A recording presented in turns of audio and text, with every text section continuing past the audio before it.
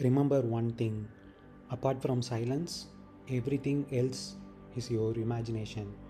What I'm pointing to is not a casual statement. It's meant to unsettle the way you take your inner world as real. When I say apart from silence, everything else is imagination, I am not denying that thoughts, memories, or emotions occur. I am saying something more uncomfortable. They occur, but the meaning you give them is manufactured. Let's go slowly. A memory arises.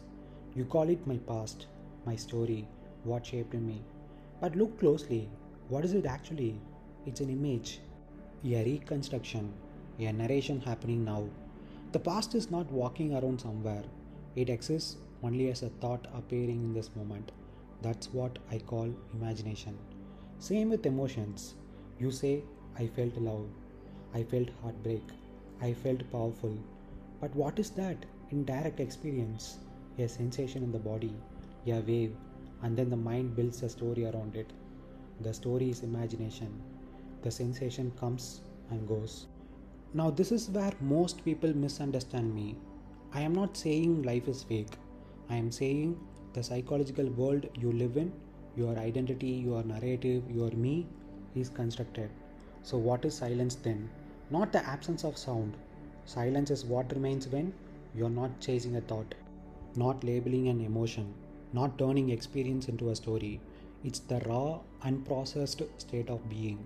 No interpretation, no past, no projection, just this. So you asked, are memory, stories, feelings, emotional highs all imagination? Here's the precise answer. Memories, imagination, reconstructed, not real time reality. Stories, again imagination, pure narrative. Feelings, partly real, sensations, but mostly imagination, interpretation.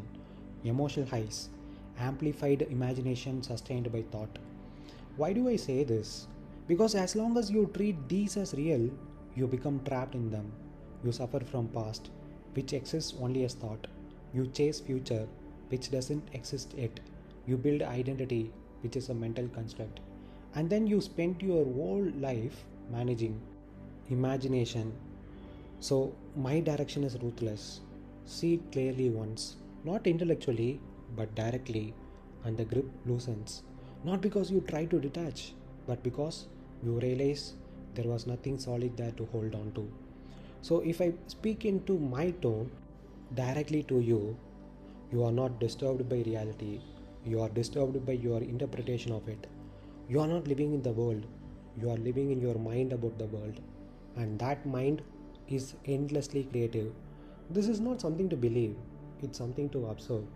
Next time a strong emotion hits, don't analyze it, just watch. What is actually happening in the body? What is the mind saying about it?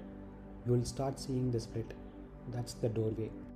Imagine you are sitting in an old theatre, not a modern one, a quiet, dimly lit hall, wooden seats, a faint smell of dust and time.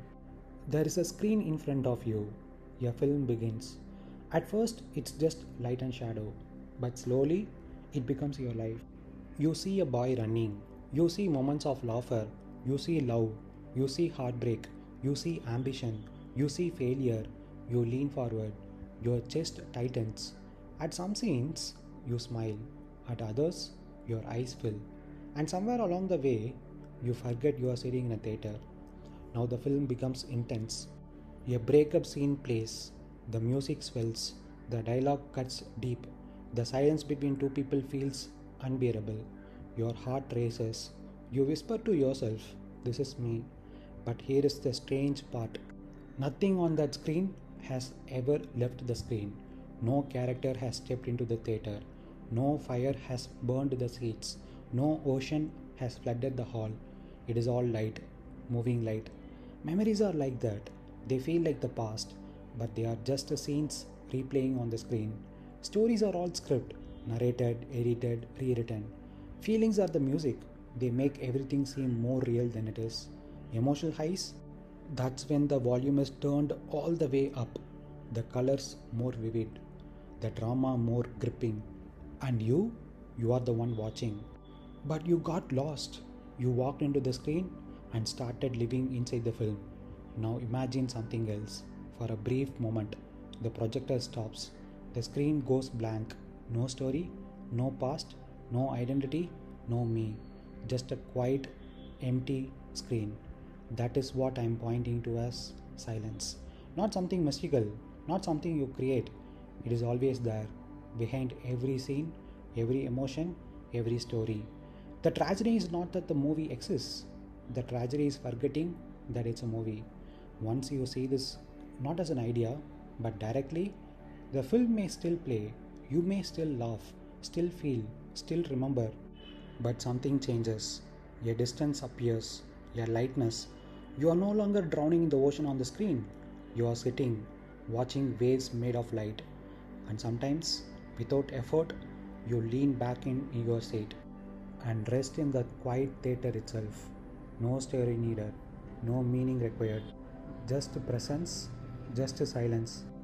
You want to understand how the trick works? Good. Then don't look for comfort in the answer. Your nervous system is not interested in truth. It is interested in survival and continuity. It takes raw sensations, a tightening in the chest, a quickening of breath, a shift in chemistry, and it asks, what does this mean? And instantly, the mind answers, not with the truth, with the nearest available story. You feel a contradiction in the chest. The body says nothing, it just contracts. But the mind rushes in. This is heartbreak. She mattered. I lost something real. Now look carefully. The sensation was simple. The story made it personal, meaningful, and heavy. Here is the mechanism. Sensation arises. Neutral, raw. Memory gets triggered. Past images, fragments. Story forms. Narration. This is happening to me. Identity attaches. This is my life, my pain. Now the loop is complete. And once the loop is complete, the illusion feels real. Why? Because your nervous system cannot distinguish between something happening outside and something vividly recreated inside. To it, both are signals. So when you replay a memory, your body reacts as if it is happening now. Heart rate changes, hormones shift, muscles tighten, and then you say, see, it must be real. I can feel it. No. You are feeling the body's response to a thought. Stories are the glue. Without a story, a sensation cannot last long. A tightness in the chest would come and go. But the story says, hold this. This is important. This defines you. So you replay it again, again, again. Each time strengthening it.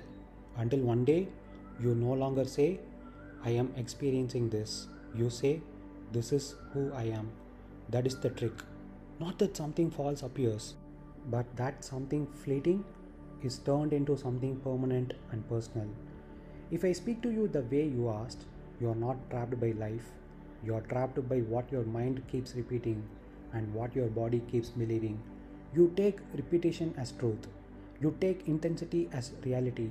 You take familiarity as identity. And silence? Silence is not doing anything. It is what remains when the sensation is not turned into a story. The story is not turned into identity. The identity is not defended. Look at it once, clearly. A thought appears. The body reacts. Another thought explains the reaction. And you call that my life. See this. Not tomorrow, not as an idea, but as it happens. That is the only place where the illusion breaks. Not by effort, not by control, but by seeing that what feels solid is being continuously manufactured. Imagine you are walking through a vast desert at dusk. The air is still, the horizon stretches endlessly. In the distance, you see water, clear, shimmering, beautiful.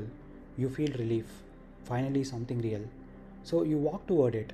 The closer you get, the more convincing it becomes. Your body responds, hope rises, energy returns, purpose appears. But when you reach it, there is nothing there, just a dry sand. You pause, confused. Then you look up again, and there it is, once more. Another pool of water, a little farther away. Again, it pulls you. Again, it feels real. This is how the mind works. Memories are like those shimmering pools. They look solid, they feel meaningful, they seem like places you can go back to. But when you actually arrive at them, when you look directly, there is no past there, only a thought appearing now. Stories are the directions you create in the desert. The water must be over that hill. Last time it was real. If I just go a little further, they give movement a sense of purpose, but the desert itself has no map. Feelings are the heat, sometimes gentle, sometimes unbearable. They make the mirage stronger. When the heat rises, the illusion becomes more vivid. That's why emotional moments feel so true. Not because they are truth, but because the intensity makes them convincing. Emotional highs, that's when the mirage looks so perfect. You are willing to run toward it, heart racing, mind locked in. This is it. This is real. Now here's the shift. You stop chasing. Not because you are tired, but because you see, you notice every pool disappears when you reach it. Every direction leads to more sand. Every surge of feeling fades on its own. And then something subtle reveals itself. The desert was never the problem. It's quiet, it's still, it's enough. That stillness, not the mirages, not the heat, not the movement, that stillness is what I call silence. You don't destroy the mirage, you just stop believing it's water. And strangely, once you stop chasing water, you are no longer thirsty in the same way. That's the whole thing, not philosophy. Just seeing the difference between what appears and what is.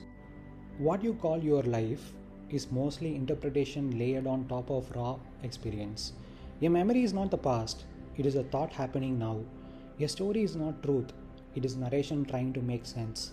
A feeling is not meaning, it is a sensation plus a label. An emotional high is not reality, it is intensity sustained by thought. All of it feels real because you are inside it. Silence is not something special, it is simply what remains when you are not adding meaning, not chasing, not resisting, not turning everything into me. The shift is not about rejecting life, it is seeing clearly nothing you experience psychologically is as solid as it appears. Once seen, something relaxes. You still think, you still feel, you still live, but you are no longer completely trapped in what the mind produces. That's it. Not enlightenment, not transformation, just the end of taking imagination as reality.